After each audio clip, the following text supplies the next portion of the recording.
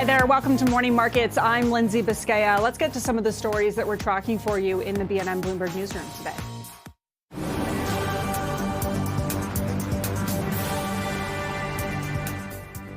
Prime Minister Mark Carney says Canada will change its auto framework to help local production and will also shift its tariff system to create a stronger incentive for automakers to invest in Canada. Ottawa is launching consultations on a new import credit scheme to help automakers lower their tariff bill based on Canadian production.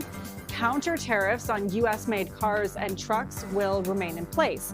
The federal government will also drop the 2035 EV mandate and bring back the consumer EV incentive.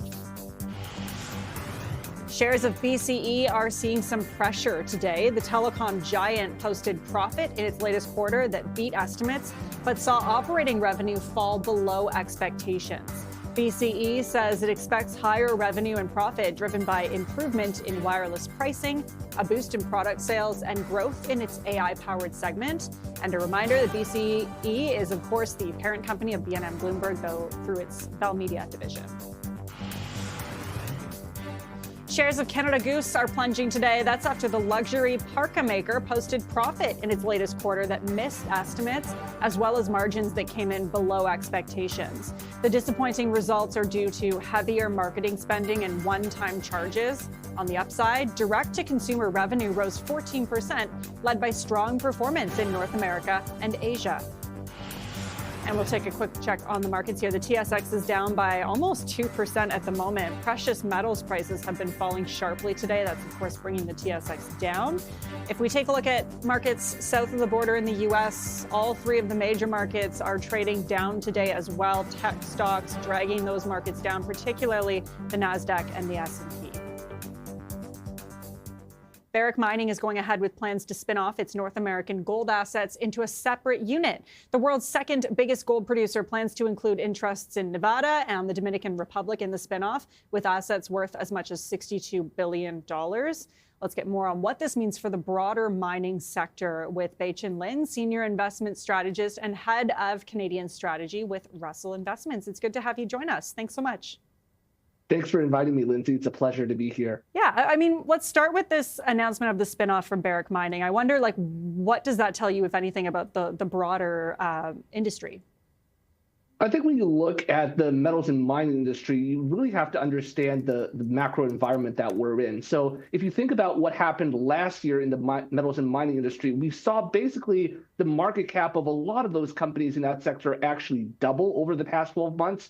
And a large part of that was driven by gold prices. We've seen a significant surge in gold prices over the past 12 months. Now, granted, that did take a little bit of a breather these past few days, but we did see that really strong surge in gold prices over the past 12 months, driven in part by investors asking some more questions around heightened geopolitical tensions, as well as central bank buying activity. So when you have an environment where you're seeing commodity prices become more elevated, I think what's likely to happen is that's going to incentivize some companies to really take a close look at their operations and think about what other types of strategic moves they might want to do. And the other thing to keep in mind is that in Canada, we've seen interest rates come down really aggressively. The Bank of Canada was the most aggressive central bank out of the G7 nations in terms of its rate cutting path. It cut interest rates from a peak of around 5% all the way down to 2.25%. And so because we have a lower interest rate environment,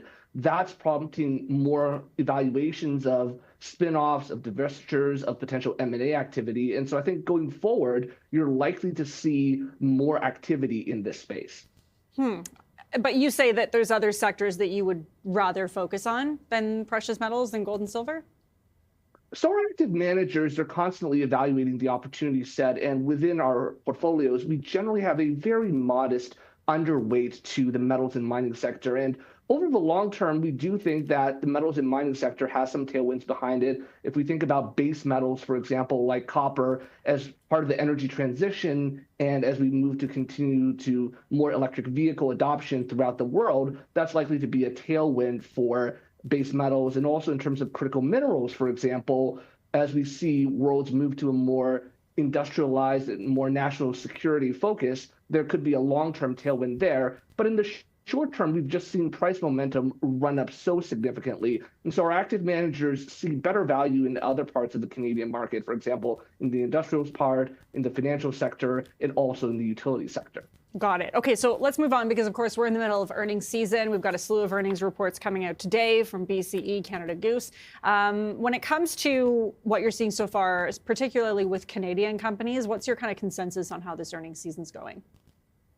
So I think the most important thing that investors need to remember is that the Canadian economy looks very different from the Canadian market. So for example, the financial sector in Canada, it's less than 10% of the Canadian economy, but it represents roughly 30% of the Canadian stock market. And so that's one of the reasons why we've seen over the past 12 months, even though the Canadian economy itself has been under pressure and Canadian GDP might have actually contracted in the fourth quarter, the financial markets, when you look at the TSX actually outperformed the S&P 500 in the US last year. And part of that is when you think about the composition of the Canadian stock market, it's important to remember that a lot of these companies in Canada, they actually derive a significant chunk of their revenue from outside of Canada. As we look ahead to the rest of this year, our baseline expectation is that Canada's economy might continue to remain under pressure, but we expect that the US economy is going to shift from pure resilience towards a potential reacceleration. And into that type of environment, even where we have a Canada-specific slowdown, Canadian companies can still potentially hold up. There are some other things you're watching for later this month, though. Bank earnings are coming out later this month. What exactly are you going to be watching for when that happens?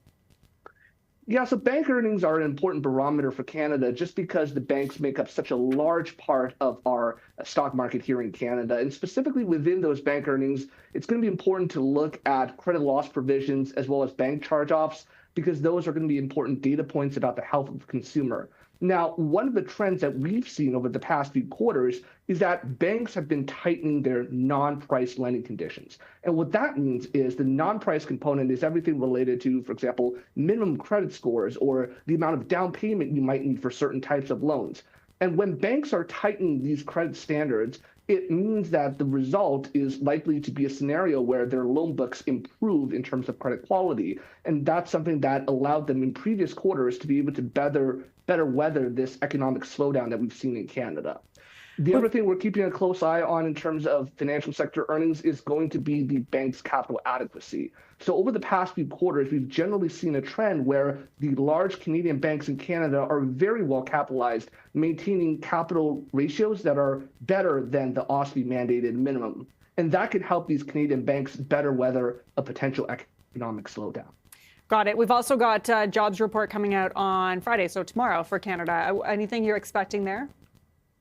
So the consensus is expecting flat-ish jobs growth for tomorrow. I think the Canadian labor market continues to be under pressure. If you look at the business surveys, a lot of businesses say that until we get more clarity on the Canada-US-Mexico agreement negotiations, they're going to be reluctant to conduct large-scale hiring. So tomorrow, I think it's going to be important to look not only at the headline number to see where it comes in at, but also really get a better understanding of the composition of job creation as well. Even if we were to get, for example, a better than expected job creation number, if that job creation was similar to where it was in November, where it was driven by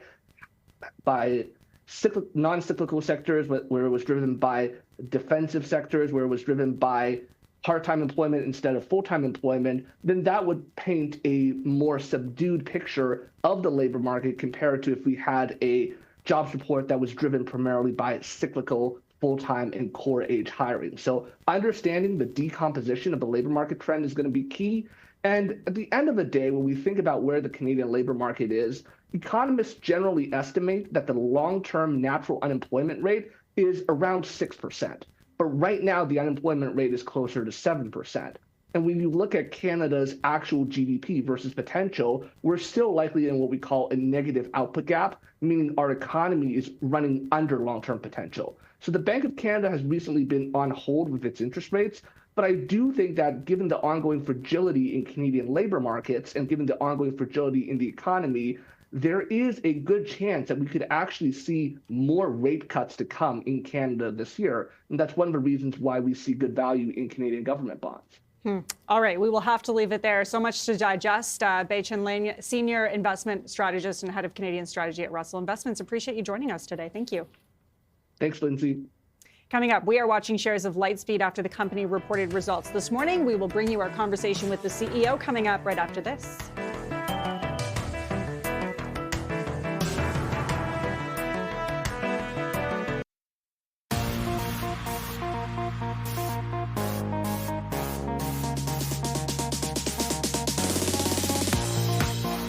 Welcome back. We have been watching shares of Lightspeed Commerce today after the company posted its Q3 earnings. The point of sale company raised its guidance for 2026, but adjusted profit was lower than analysts' expectations. For more, we were joined earlier by Dax De Silva, CEO and founder of Lightspeed Commerce. We build the whole system for running those businesses. So complex retail and hospitality businesses. The retail businesses are primarily in North America, and the hospitality businesses were the #1 system in Europe. So we do the end-to-end operations as well as the payment processing. Right. Do you provide value-added services to companies? I mean, do you provide loans or lines of credit and stuff? So as an extension of our payments platform, our financial services platform offers merchant cash advances. So yes, we have a capital business that's vibrant and growing as well. So tell us what your stock is down in the past year. Just remind us why that is. So we're doing a very disciplined transformation, which is prioritizing our 2 growth engines. That's 2/3 of our business, our North American retail business and our European hospitality business. And we showed, fantastic results, for Q3, but for those growth engines in particular, really top tier 21% growth in those growth engines and 2,600 net new locations. So adding a lot of locations on those growth engines, and in addition, 13% software growth. So the strategy is really paying off. We set a 3-year CAGR for getting to 10 to 15% location growth, and we're at 9% right now. So we're very much on track. And we're also on track for our 3-year EBITDA target and our gross profit target. So, it's a quarter by quarter story of execution, but very, very pleased with how we're delivering. So you raised your revenue guidance for fiscal 2026. I mean, you're a huge company to north of $1.2 billion. And it's up slightly, but it looks as though your EBITDA, interesting, below the street, $72 million approximately, and the street was closer to $73 million. So really not a huge difference, I know. But why is that profit forecast slightly lower than the street, do you think? Right. So, we've accelerated on our locations from 5% in Q1 to 7% to 9%. And that's really because we've been investing in outbound salespeople in North America retail and European hospitality. In European hospitality, it's more field reps going restaurant to restaurant in major European centers. And in North America retail, it's outbound remote reps calling into key verticals like apparel and footwear and sport and outdoor businesses, leading with our wholesale platform that's called New Order. So those reps are a big investment. We've hired all 150 reps, and we're ramping them to full productivity. But we've had so much success that we're bringing forward some of that hiring into Q4 so that we can start fiscal 27, with fully ramped reps, tackling, in particular in this case, tackling that retail business, which has got a massive TAM. So my rule I'm not a big foodie, but my rule for eating in Europe is if the menu's in English, don't go there. So say if I'm at some place in the back streets of Siena and I'm running a small restaurant, why would I go with your payment system? I'm sure my local bank could offer me something equivalent. Yeah. So when you go to Michelin star restaurants or you go to resorts, and actually, if you go into almost any cafe or restaurant in Europe that's got table service or a bit more complexity, you'll see Lightspeed. And I think all the businesses recommend Lightspeed to one another. It's a little bit of a support network within their own within their neighborhood. It is the system, especially when you're doing multi-course meals. Of course, Michelin star restaurants, but then even casual dining, anywhere that there's table service, or you have a multi-location chain, or you have a restaurant as a part of a hotel or a resort. We are an excellent fit. But you haven't got the same traction in restaurants in North America? Yeah, I think what we did when we unveiled our strategy at Capital Markets Day last March, we looked at where our two products, our key flagship products, which are the retail product and the hospitality product. The hospitality product has DNA that comes from European acquisitions, so it's really tailored and fiscalized for all of those different countries. There are particular workflows and different partners in the ecosystem in Europe, and so previous to the new strategy, we were trying to sell that software all over the world, and there was low ROI in other areas outside of where that software actually comes from, which is Europe and in North America. And so we've been building out that software for about 10 years. And on the retail side, we've been building out that software in North America in key verticals for 20 years, starting with the very first software that I built back in 2005. And they don't let me program anymore, but but we've built out a really incredible and deep retail expertise in high complexity inventory centric retail verticals in North America. And so that's where we have the best close rates, the highest rate to win, the biggest competitive moat and differentiation now with our wholesale platform built right into the retail POS. And then of course in Europe, we are the number one, full service restaurant system in Europe. So, and that's how our numbers have just really benefited quarter after quarter since we began the transformation of focusing on where we have a right to win and where we have virality and fantastic close rates. One story that caught our eye this week, a BBC story, we hope to get to it later, is that when people order on these screens that you'll see at fast food restaurants or in IKEA at the food their restaurants, people tend to order more. Now, I don't know if those screens or automated food ordering things are a big part of your business, but have you heard, does that tend to boost revenue for the restaurant? Yes, we do partner with companies that add kiosk capability to our platform. Yeah, we do see that. Whenever you're not in front of someone and you're ordering, your food, and you've got a little bit of privacy, you're ordering more delivery, you're ordering more at a kiosk. But for the most part, we're serving those restaurants where people are going out as entertainment to dine and also on the retail side to shop, right? So there is a brick and mortar, a physical, social entertainment element to it. But yes, we also serve those scenarios where people are sneakily increasing their order because nobody's watching. That was Dax Da Silva, CEO and founder of Lightspeed Commerce. Coming up, we will get investor insight into some of today's big earnings reports, including BCE, Barrick, and Canada Goose. That's next. Stay tuned.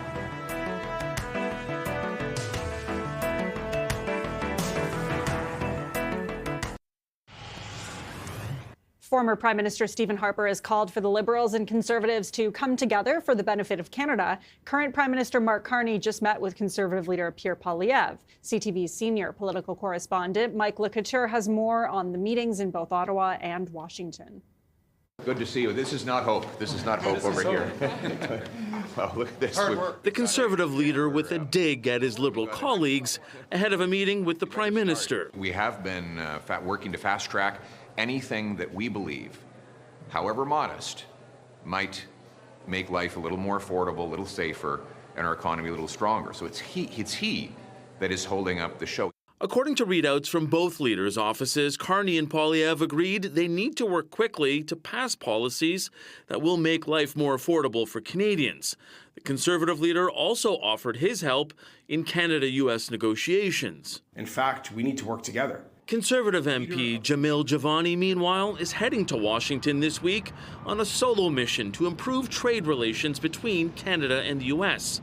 He's a longtime friend of U.S. Vice President J.D. Vance. I haven't talked to him in about a year about those issues. I would like to use that relationship for the good of the country, but I also don't want to interfere in what the Prime Minister's doing. Giovanni was pushing for a meeting with the Prime Minister, but he did get one with the minister in charge of Canada-U.S. trade. Mr. LeBlanc gave a briefing to Mr. Giovanni, who I don't believe is the trade critic for the opposition, certainly not the Minister of International Trade, nor the Prime Minister. But some members of cabinet are casting doubt on whether Giovanni can or will help. I really hope that he spoke about the closure of GM in his writing, because Ingersoll has been closed for now 4 months, and I haven't heard him once.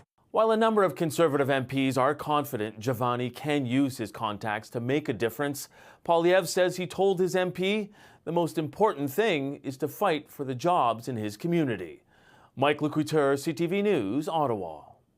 Barrick Mining, BCE, and Canada Goose have all reported earnings this morning. And for a closer look at the numbers and what it means for your portfolios, we were joined earlier by Tyler Morty, CEO and CIO at Four Strong Global. No surprise that Barrick Gold, being one of the leading gold majors, would report great earnings. But I think from a macro investor perspective, we're looking at the top line gold price and looking how that impacts the earnings of these gold majors. And obviously, we've seen a huge surge in the gold price over the last 12 months here.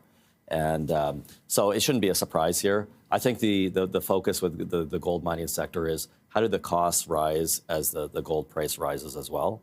And so, the big input into the gold mining sector is obviously the price of oil.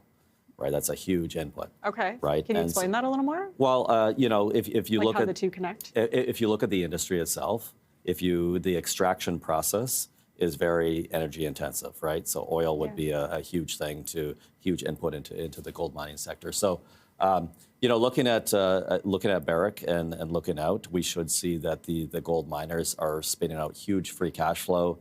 It should be a good year for gold majors all around.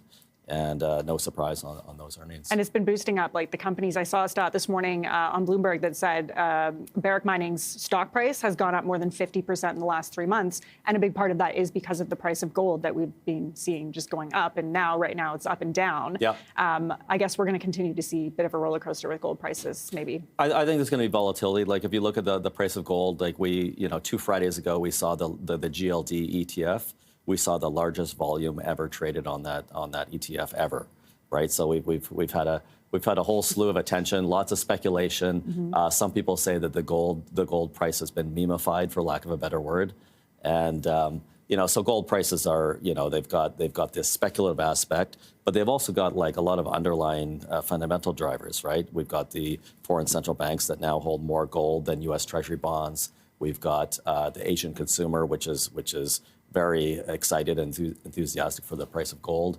And, if you think the world is going to become more sane in the next few years, then, think again, maybe. Think again, exactly.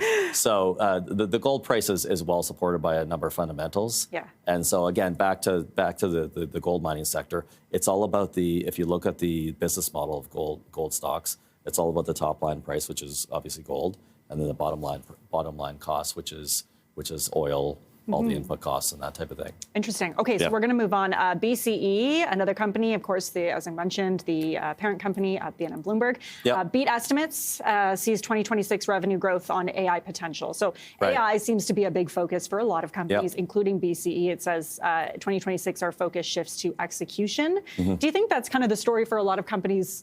We saw spending in AI in 2025. Mm-hmm. Now people want to see results from that spending.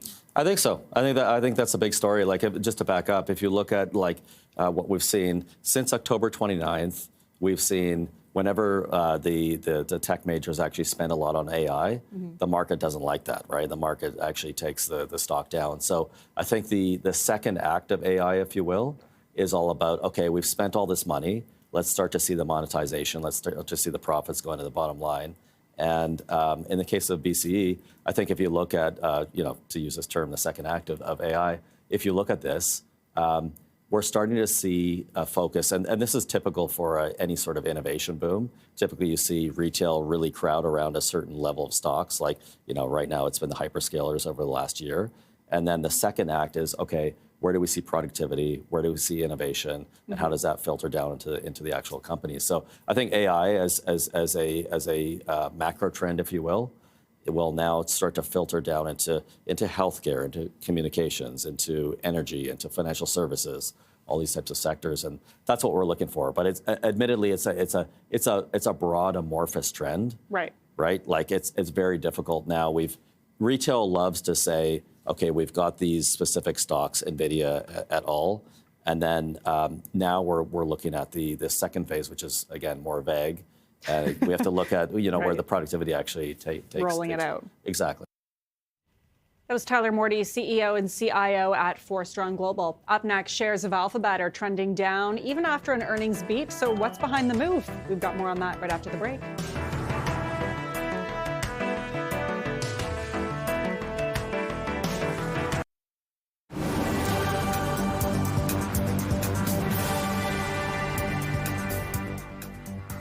Prime Minister Mark Carney says Canada will change its auto framework to help local production and will also change its tariff system to create a stronger incentive for automakers to invest in Canada. Ottawa is launching consultations on a new import credit scheme to help automakers lower their tariff bill based on Canadian production. Counter tariffs on U.S.-made cars and trucks will remain in place. The federal government will also drop the 2035 EV mandate and bring back the consumer EV incentive. Shares of Lightspeed Commerce are trading lower today after it gave a full-year forecast for adjusted profit that came in below what analysts were expecting. Lightspeed's revenue outlook for the current quarter also came in below estimates on the upside. The payment solutions company posted revenue and profit in its latest quarter that beat consensus, driven by higher demand for its software. And shares of Rio Tinto are down after the company said it's walking away from talks to acquire Glencore. Rio says it ultimately could not reach an agreement that would deliver value to its shareholders. Glencore had rejected Rio's takeover bid, saying the terms significantly undervalued the company and failed to reflect the value of its copper unit.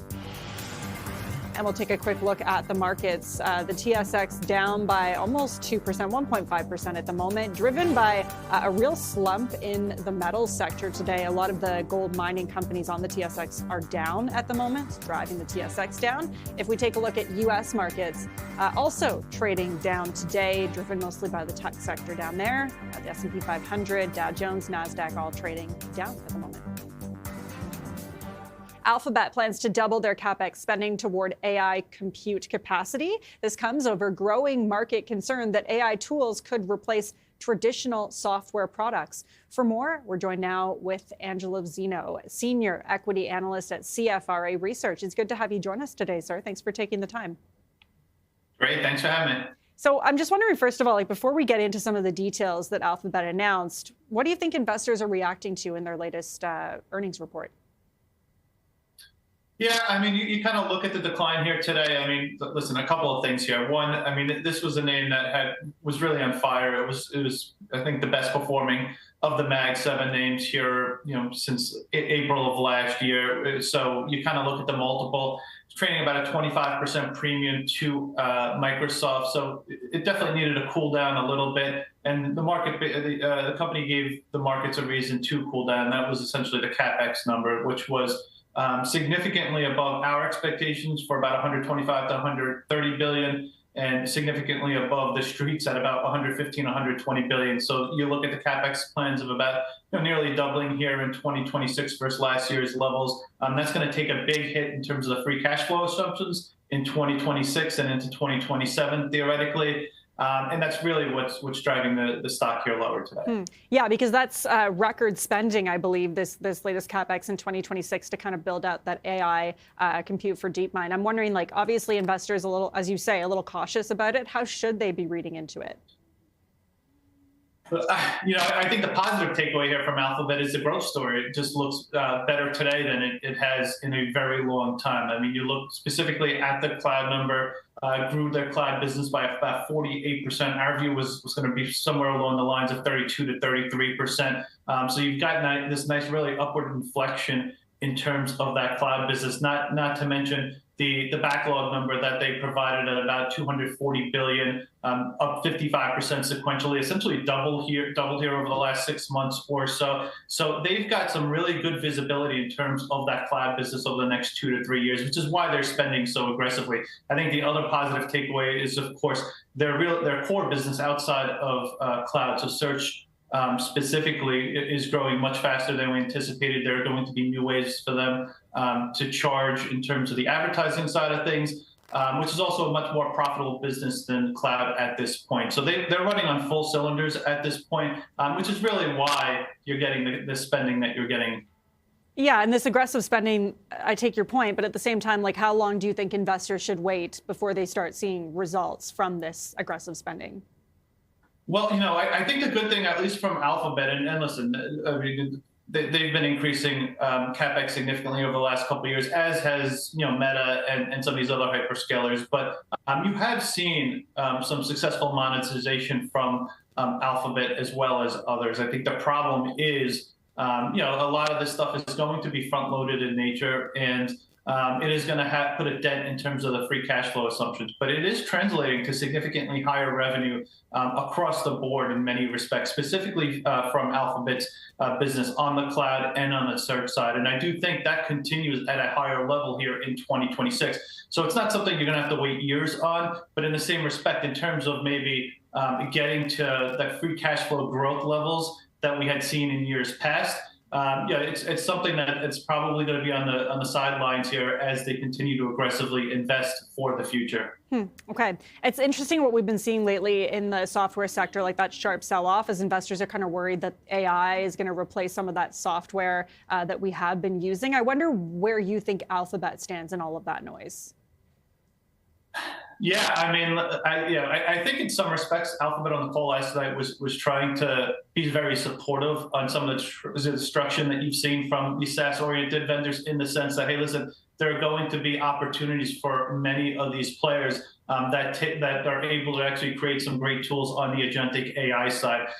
It is going to be, I think, a very selective market. I think there's a lot of stickiness in some of these companies out there. A company like Salesforce, for instance, is a name that we do like a lot. But in many respects, I mean, clearly there is going to be increased competitive pressures. I mean, whether it be from the OpenAIs, Anthropics of the world, or even the Alphabets of the world themselves, that's going to put pressure on a lot of these SaaS models. So, do we think there is risk out there, and do we think kind of this this multiple compression you've seen here over the last couple of weeks in software is justified? To some extent, yes, but also in some respects, we do think there are opportunities out there to be had. I know we touched on this talking about, Alphabet, and you saying maybe investors don't have to wait too long to see some kind of results from this heavy spending. But I wonder what investors think, or what you think investors should think about the balance between, heavy AI investment and actually like near-term profitability. Yeah, I mean, listen, I think the biggest risk for the market when you start thinking about all this spending is, one, I mean, listen, you've got Alphabet spending at this higher level now, and it'll be interesting to see what Amazon says after the close at this point. But in some respect, they really set a higher bar in terms for others to, in many cases, also increase their CapEx plans.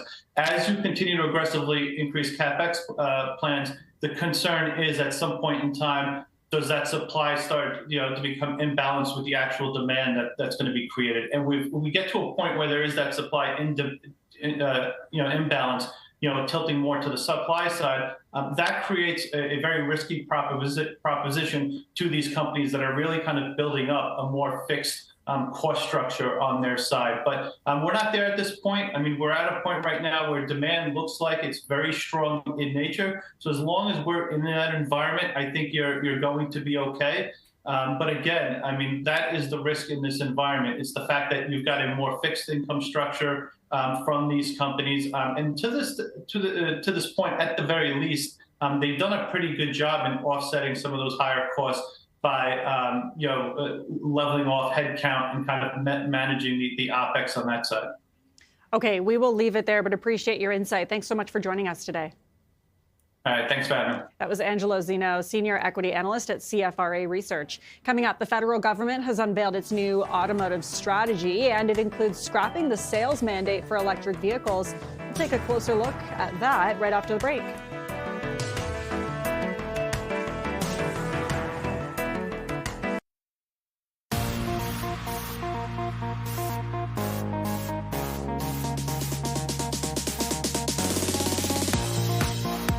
The federal government has unveiled its new automotive strategy, and it includes new measures to help auto production in this country. For a closer look, we're joined by Brian Platt right now of Bloomberg News to break down what we heard today. So, Brian, first off, let's just go through exactly what Mark Carney announced today.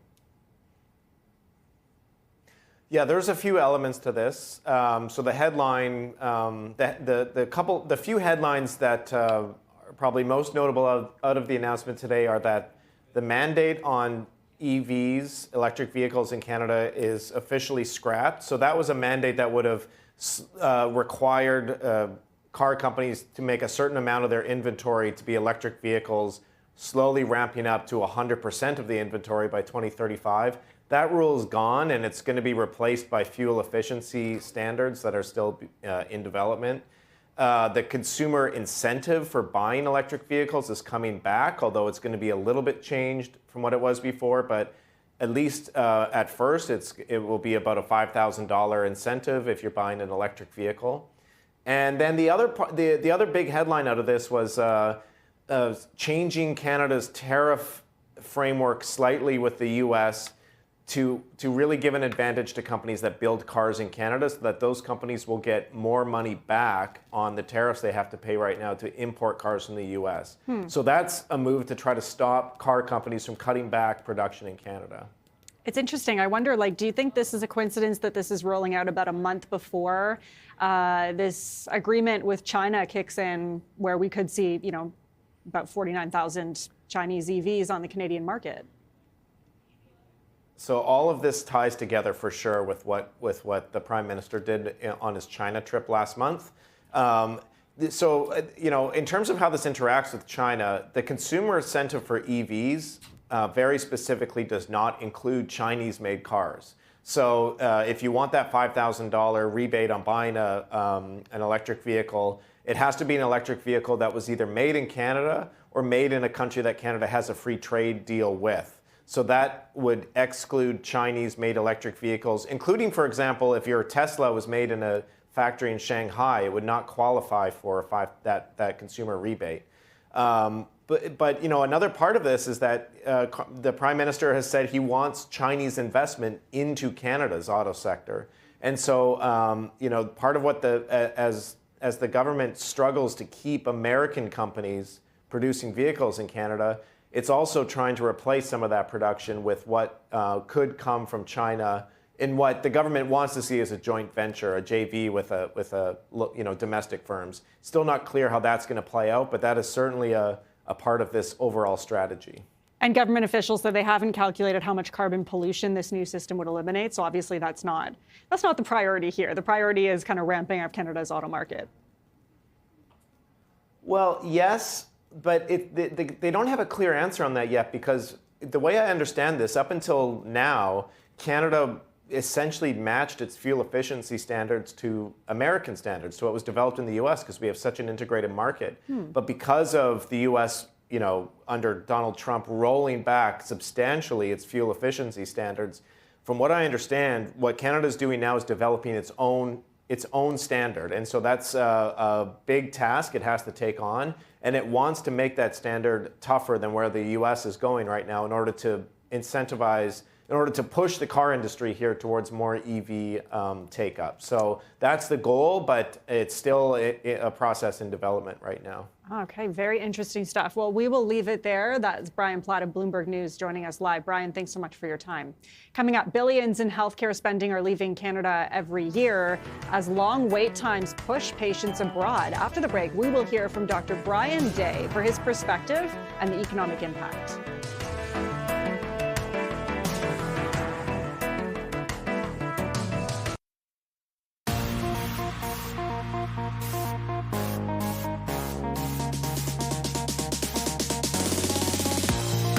Canada's healthcare model is shaping where billions of dollars in medical spending go. Long wait times are pushing more patients abroad, raising questions about lost revenue and system capacity. Dr. Brian Day joins us to share his perspective and what different models could mean for patients as well as the broader economy. Doctor, it's good to have you join us today. Thanks for your time.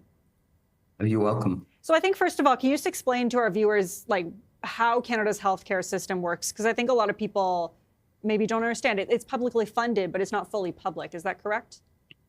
Right. Well, I wouldn't describe it as a health system that works. As in British Columbia alone, in 1 year, recently, just 2 years ago, they calculated that 4,600 British Columbians died on public wait lists. So it's not working, and I think that's obvious to every doctor and every patient that's suffering on a wait list right now. So it's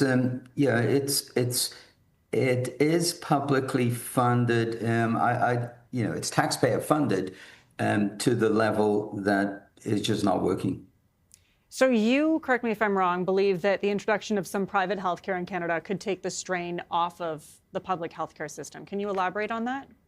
Yes. So Canada is the only country in the world where private health insurance is illegal.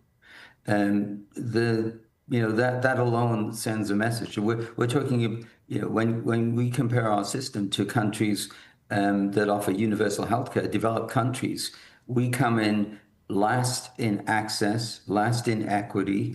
We come in last in looking after low-income groups, and yet we're at the top when it comes to costs. And I use the sports analogy. If you were the manager or coach of a hockey team and you were at the bottom of the league, but spending more than those at the top of the league, wouldn't you look at what those teams are doing and try and learn from their methods? And Canada hasn't done that. We have the only system in the world that operates as a state monopoly and forces innocent patients to suffer and die on wait lists. What country do you think Canada should be looking at for a reference as to how things should work? Well, I think we have the opportunity to look at the best. Like, look at countries like Switzerland and Holland and Germany, and learn from their methods. We have a massive bureaucracy in Canada. For a population of 45 million, we have 14 ministries of health. Other countries don't have that kind of bureaucracy. We have, for every public health bureaucrat that Germany has, we have 11. And yet they don't have wait lists like we do, and they don't spend as much as we do on healthcare. So there are lessons to be learned here from other countries, and I think the point, in general terms, the point is we operate as a state monopoly, and there is no monopoly, particularly I think a state monopoly that serves the consumer well. And the fact that governments in Canada have taken the position that they actually own your body and are responsible for your bodily health, that they can make it unlawful for you to look after yourself when they have promised healthcare and then fail to deliver it, and you are suffering on a wait list. To me, this is unconscionable. And the solutions are simple. The solutions are, first of all, put the patients first. So hospitals in Canada are unique in that the hospitals get an annual global budget. So that every patient that goes to a hospital, including an emergency department in Canada, is using up the hospital's revenue. Every other public system, the government pays a premium, a fee to the hospital when a patient visit happens. So hospitals want patients in those developed countries that outperform us. The other thing is of course allowing basically giving patients a choice. Competition just improves any monopoly and converts the monopoly to a system that has to perform better. And by having a percentage of Canada's healthcare system be private, can you explain how that would help to keep money in Canada and what's happening right now with people who can afford private healthcare and are maybe going elsewhere? Yes, a couple hundred patients. A couple of 100,000 Canadians a year go abroad for healthcare every year. That's revenue lost, taxes lost. These patients should be able to stay home and have that care. And actually, the reverse. 2 million Americans go abroad for care. Our public hospitals should be generating revenue by opening on evenings and weekends and treating Americans. We are missing out on this worldwide business of medical tourism. And for those who say, oh, well, this private insurance benefits the rich, the answer is simple and has been illustrated in Switzerland and Holland. And that is that if you are a low-income group, the government pays the premiums for the private insurance for you. I mean, we do that to a certain extent with welfare patients and medications. You know, it is bizarre that Canada's universal health system is the only one in developed countries where you get a bill if you need an ambulance. You know, it's not considered medically necessary by politicians who run the system, and that going to a doctor and having a diagnosis of an infection is covered. But when you go to the pharmacy, you need private insurance to pay for that. I mean, these are ridiculous facets to our system. It is a big conversation. I know we just scratched the surface of it, but Dr. Brian Day, I appreciate you joining us today to kind of break it down. Thanks so much. You're welcome. That is Dr. Brian Day, orthopedic surgeon at Canby Surgery. Well, Market Call is coming up next. And today on the show, we have Kim Bolton. He's the president and portfolio manager, and he'll be taking your questions on technology stocks. So that's coming up next. We'll take a very brief look at the markets here on Bay Street and Wall Street. TSX is down at the moment by about more than a percentage point. And if we take a look at the U.S. markets, you can see that they're trading down as well. Tech stocks bringing down the U.S. markets. And of course, a heavy drop in gold and silver bringing down the TSX. Thanks for watching Morning Markets. That's it for us. We'll see you tomorrow.